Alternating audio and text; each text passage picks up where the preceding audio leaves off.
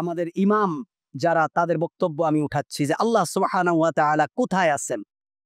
ইমাম মালিক রাহিমাহুল্লাহ বলছেন আল্লাহু ফিস সামা ওয়া ইলমুহু ফি কুল্লি মাকান। আল্লাহ তাআলা কোথায় আছেন? আকাশে আছেন।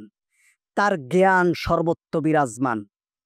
আমি আবার বলছি, আল্লাহ তাআলা বলছেন আমি তোমাদের সাথে আছি, শাহরগের নিকটে আছি।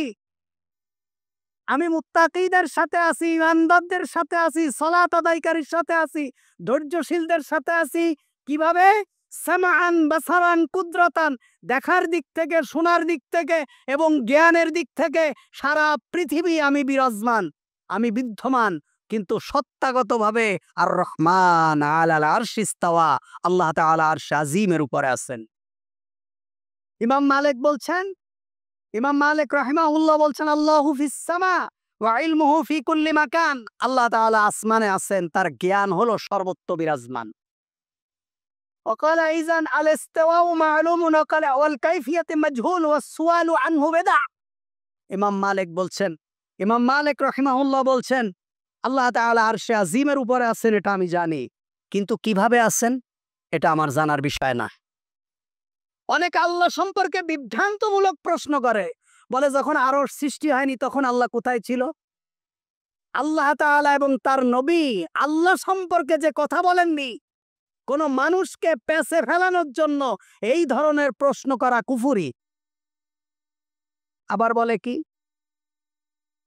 যে আল্লাহ তো কখনো দুনিয়ার আকাশে নেমে আসেন, তখন আরশে আজিম কি খালি থাকে? তার মানে তার ধারণা কি? তার ধারণা হলো আল্লাহর ওঠা এবং নামা এটা হলো মানুষের মতো। মানুষ যেমন, আল্লাহ সম্পর্কে তার আকীদা এমন। আল্লাহ সম্পর্কে আল্লাহ যতটুকু বলেছেন এবং মুহাম্মাদুর রাসূলুল্লাহ যতটুকু বলেছেন, এর বাইরে আর কোনো বক্তব্য দেওয়া যাবে না, চুপ থাকতে হবে। যা আল্লাহ আমাদেরকে বলেননি, মুহাম্মদ সাল্লাল্লাহু আলাইহি ওয়াসাল্লাম যা বলেননি, এ ব্যাপারে আর কোনো প্রশ্ন করা যাবে না। আল্লাহ সম্পর্কে এটা হলো আকীদা। ইমাম মালিক বলছেন আল ইস্তিওয়া মালুমুন ওয়াল কাইফিয়াতু মাজহুল ওয়াস সুআলু আনহু বিদআ। এ সম্পর্কে প্রশ্ন করাই হলো বেদাত। আল্লাহ তাআলা আরশে আজিমের উপরে আছে, কিভাবে আছে? বসে আছে না দাঁড়ায় আছে না কিভাবে আছে? এই ব্যাপারে আমাদের জানা নেই এবং এই ব্যাপারে কোনো প্রশ্নও করা যাবে না। অনেকে বলে যে আরশ সৃষ্টি করার আগে আল্লাহ কোথায় ছিল? তা আরশ সৃষ্টি করার আগে আল্লাহ কোথায় ছিল আল্লাহ আমাদেরকে বলেননি, মুহাম্মদ সাল্লাল্লাহু আলাইহি ওয়াসাল্লাম আমাদেরকে বলেননি। আমরা কেন এই ব্যাপারে প্রশ্ন করব? খবরদার, যে কোনো মুহূর্তে ঈমান হারা হয়ে যেতে পারেন, এই ধরনের কোনো প্রশ্নের সম্মুখীন হওয়া যাবে না। ইমাম আবু হানিফা রাহিমাহুল্লাহ বলছেন আল্লাহু ফিস সামা দুনাল আরদ। আল্লাহ হলেন আকাশে, জমিনে না। ইমাম আবু হানিফা ফিকহুল আকবার, ইমাম আবু হানিফার সবথেকে বড় ফিকহার কিতাব। সবথেকে দুর্ভাগ্যের ব্যাপার হলো এদেশের হানাফি আলেমেরা ফিকহার কিতাব ফিকহুল আকবারটাই ভালো করে পড়েনি, জানেও না ফিকহুল আকবার কি। আমাদের দেশে হানাফির নাম দিয়ে যা চলে, এগুলো একেবারেই ইমাম আবু হানিফা রাহিমাহুল্লাহ এর ধারে কাছেও নেই। 3 দিনের মরে গেলে 3 দিনের খাওয়া, এটা কি হানাফি মাযহাবের ফতোয়া? 40 দিনের খাওয়া হানাফি মাযহাবের ফতোয়া। লাশ কান্দে করে নিয়ে জোরে জোরে লা ইলাহা ইল্লাল্লাহ আশহাদু আল্লা ইলাহা ইল্লাল্লাহ পড়া, এটা কি হানাফি মাযহাবের ফতোয়া?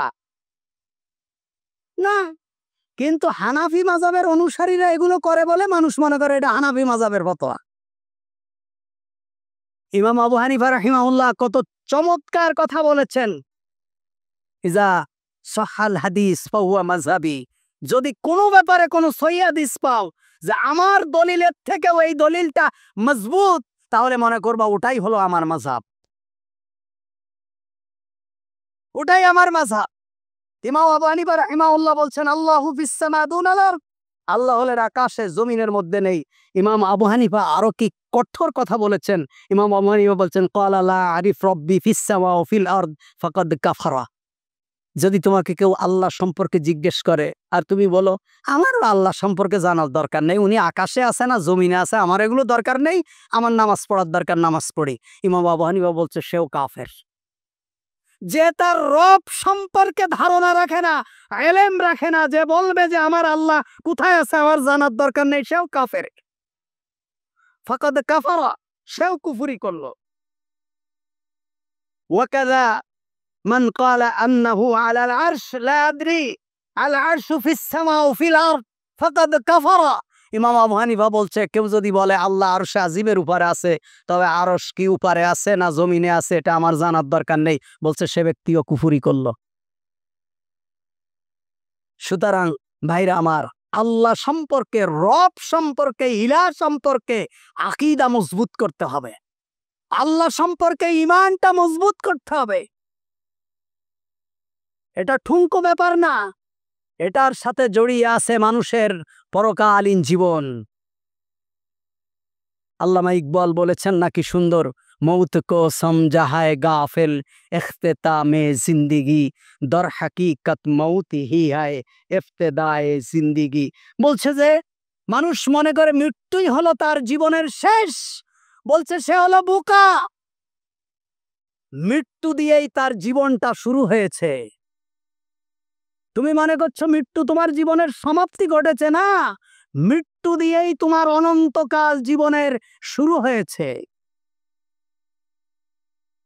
এজন্য অনন্তকাল জীবনের জন্য আমাদের আকীদাকে মজবুত করা দরকার।